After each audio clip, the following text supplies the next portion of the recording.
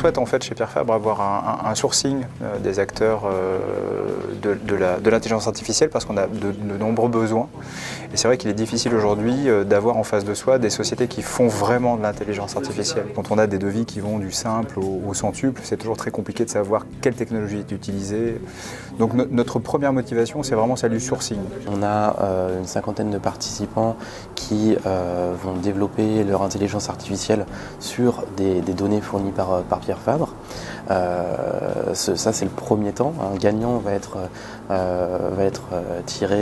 désigné par les juges et ce gagnant va être accompagné à Station F par les équipes de Microsoft et de Pierre Fabre pendant une période de 2 mois à la suite du challenge. L'idée c'est de voir dans un temps court, dans une forme de proof of concept, quelque part, est-ce qu'on est capable d'avoir de la performance rapidement et donc de bénéficier comme jamais du gain de productivité qu'apporte l'IA quelque part. C'est ça, c'est de dire finalement la machine va faire plus vite que nous et on va voir si on est capable dans un temps restreint d'en profiter.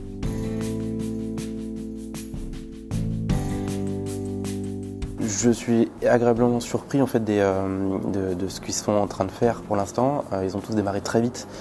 Ça se voit qu'ils sont tous relativement jeunes et ils démarrent très vite. Ils sont tout de suite dans le dur du sujet. Donc ça c'est super agréable et on va voir dans les prochaines heures comment ça évolue. On est confiant parce qu'on n'est pas venu les mains vides, on a essayé de préparer un peu le challenge, on savait que ça allait être, on savait quel type d'image allait être. Donc on a essayé de se documenter, on est tombé sur des papiers de personnes qui, eux, s'étaient entourés de médecins, de dermatos, qui étaient capables du coup de les aiguiller un peu sur le traitement de l'image. Donc je pense que voilà, la connaissance métier dermato, elle va venir sur le traitement de l'image beaucoup. Après, sur l'entraînement des modèles, ça va être purement de la data science et là, clairement, c'est notre métier à nous, data scientist, qui va permettre de gagner du temps dessus et de développer des modèles performants. Mais c'est sur la partie préparation d'image où vraiment, je pense qu'on avait besoin de cette connaissance métier qu'on n'avait pas. Et donc là, on s'est appuyé sur des papiers qu'on a lus qui eux, avaient cette connaissance métier en plus.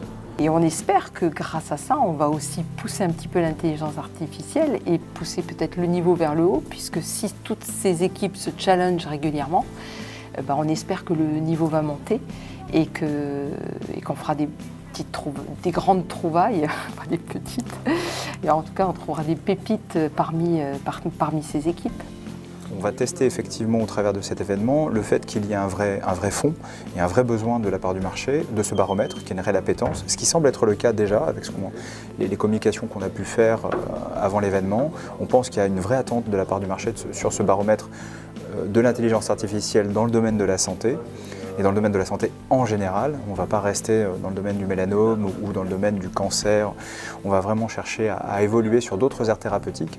Donc ça, c'est la première chose, c'est que ce soit en fait le lancement d'un baromètre et que tous les trimestres, on puisse faire travailler les entreprises qui sont intéressées par cette démarche, les startups, les ETI, les labos de recherche, les écoles, les individus, même les indépendants, qui sont intéressés par cette démarche, de pouvoir venir se tester tous les 3 mois sur des sets de données différents. Et pour les prochaines éditions, évidemment, l'idée est de travailler sur des sets de données Pierre Fabre, dans un cadre peut-être aussi un peu plus maîtrisé. Là, on est très ouvert, on a un challenge en ligne et on a un challenge en fait avec des entreprises qu'on ne connaît pas. Pour la prochaine édition, elles seront inscrites quelque part au baromètre, on les connaîtra. Donc on sera peut-être dans un cadre aussi un peu plus maîtrisé et on pourra très certainement plus facilement leur communiquer des sets de données Pierre Fabre pour travailler sur des problématiques métiers. Donc encore une fois, cette double aspiration quelque part, la volonté d'avancer sur des problématiques patients concrètes. On fait ce travail-là pour les patients, on souhaite apporter des réponses aux patients sur des aires encore une fois thérapeutiques différentes, mais aussi ce travail en interne en faisant monter très rapidement sur les prochaines éditions des métiers, que ce soit encore une fois la recherche et le développement ou des marques qui ont des problématiques de santé. Ça pourrait être le sevrage tabagique par exemple avec nos produits au sein du consumer healthcare. Ça pourrait être aussi sur la douleur, ça pourrait être aussi sur l'oral care. On a effectivement comme ça déjà commencé à défricher un petit peu le terrain.